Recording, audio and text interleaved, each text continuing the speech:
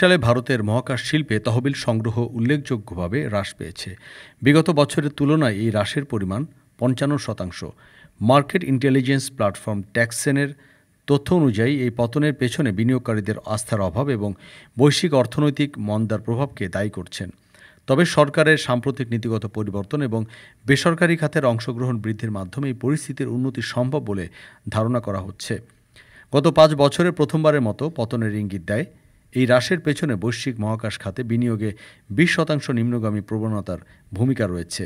বিশ্বজুড়ে মহাকাশ কোম্পানিগুলো গত ৫ বছরে প্রায় $২৮ বিলিয়ন তহবিল সংগ্রহ করেছে, যেখানে ভারতের কোম্পানিগুলো তুলনামূলকভাবে কম, প্রায় $২.১ বিলিয়ন তহবিল পেয়েছে তারা। মহাকাশ খাতকে আরও উৎসাহিত করতে ভারত সরকার ২০২৪ সালের অক্টোবর মাসে মহাকাশ স্টার্টআপগুলোর জন্য ১,০০০ কোটি রুপির একটি তহবিল অনুমোদন করেছে। পাশাপাশি ২০৩৩ সালের মধ্যে বৈশ্বিক বাণিজ্যিক মহাকাশ বাজারে ভারতের অংশ বাড়ানোর পরিকল্পনা ঘোষণা করেছে। শিল্পের সংশ্লিষ্টরা বলছেন ২০২৫ সালে এই খাতে বিনিয়োগের প্রবণতা বাড়ার সম্ভাবনা রয়েছে।